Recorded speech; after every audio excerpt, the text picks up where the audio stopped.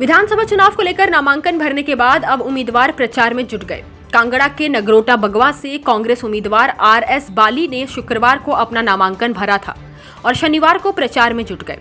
RS बाली समर्थकों के साथ शनिवार को नगरोटा बाजार में प्रचार करने पहुंचे और लोगों से समर्थन की अपील की। इस मौके पर आरएस बाली ने कहा कि चुनावों को लेकर नामांकन बीते दिन भर दिया, जिसमें प्रदेश भर से खासकर नगरोटा बगवा विधानसभा क्षेत्र से हजारों समर्थक आए और लोगों में काफी उत्साह था, जिससे साफ जाहिर है कि प्रदेश में कांग्रेस की सरकार बनने जा रही है।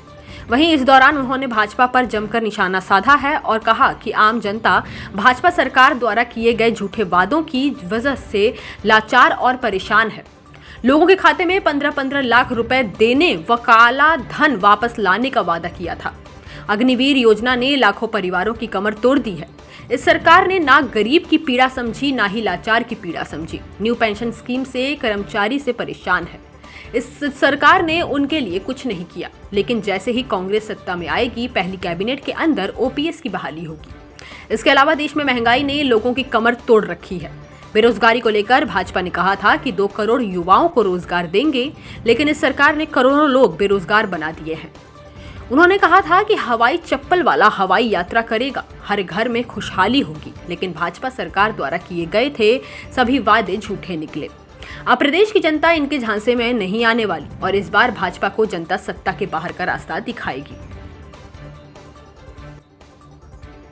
कि कांग्रेस का कार्यकर्ता मजबूत है और आगे जाके अपनी कुर्सी पे बैठने के लिए तैयार खड़ा है और कांग्रेस की नीयत और कांग्रेस की नीति बिल्कुल स्पष्ट है और आगे की ओर कूच कर रही है। और एक आम आदमी का हाथ कांग्रेस के साथ जिस तरह हमेशा रहा करता था, उसी तरह आज एक आम आदमी जो परेशान बैठा है, लाचार बैठा है, झूठे वायदों की वजह से, 15-15 लाख के वायदों की वजह से, काला धन वापिस आएगा, ऐसे ऐसे झूठे वायदों की वजह से, अग्निवीर योजना जिसने लोगों को चरमरा दिया, कमर तोड़ दी परिवारों की, लाखों परिवारों की और देश में करोड़ों परिवारों की, उस वजह से ओपीएस जो कि बहुत ही बड़ा एकदम लोगों को जिसने जला दिया, पूरे साल लोग अनशन पे बैठे रहे, एक ही कामना करते हुए कि कहीं पे ये जो सरकार है, जो कहीं पे गूंगी है, अंधी है, बहरी है, इसको कहीं पे समझ आएगी और ये गरीब की पीड़ा, एक लाचार की पीड़ा और एक जरूरतमंद की पीड़ा को समझ पाएगी। ना इन्होंने गरीब की पीड़ा समझी, ना इन्होंने लाचार की पीड़ा समझी, ना जरूरतमंद की पीड़ा समझी। जो ओपीएस से जो बिल्कुल ग्रहित, जो एकदम परेशान लोग थे, जो ग्रस्त लोग थे, उन लोगों को और बड़ी पीड़ा सहनी पड़ी कि उनकी मेहनत जो है वो बिल्कुल पानी में चली गई और इन्होंने उसके लिए मना कर दिया। हमने प्रण लिया है कि जैसे ही सरकार में आएंगे, पहली कैबिनेट के अंदर ओपीएस की बहाली होगी। उसके साथ साथ सबसे बड़ा मुद्दा जो है वो महंगाई है। महंगाई ने पहले ही पूरे देश को तोड़ के रख दिया था।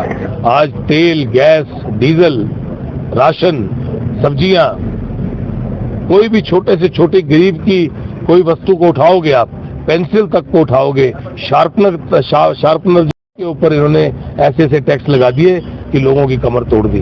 तो महंगाई, ओपीएस, अग्निवीर और बेरोजगारी, जिसका वायदा इन्होंने कहा था कि 2-2 करोड़ लोगों को रोजगार देंगे और करोड़ों लोग बेरोजगार बना दिए। कहा था काला धन वापस लेके आएंगे, कहा था हवाई चप्पल वाला हवाई यात्रा करेगा, कहा था कि हर घर में खुशहाली होगी, कहा था सारे कच्चे घर 2022 तक पक्के कर दिए जाएंगे।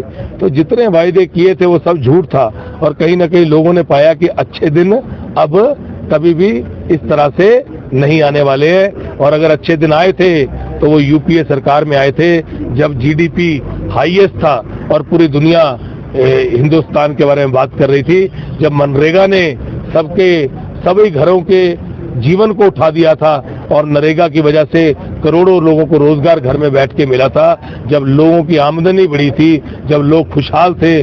आज पिछले 8 सालों से लोग लाचार हैं, परेशान हैं और हर इंसान इस चीज को कहीं ना कहीं महसूस करता है। हिमाचल प्लस न्यूज के लिए शिमला से पुष्पेंद्र चौधरी की रिपोर्ट।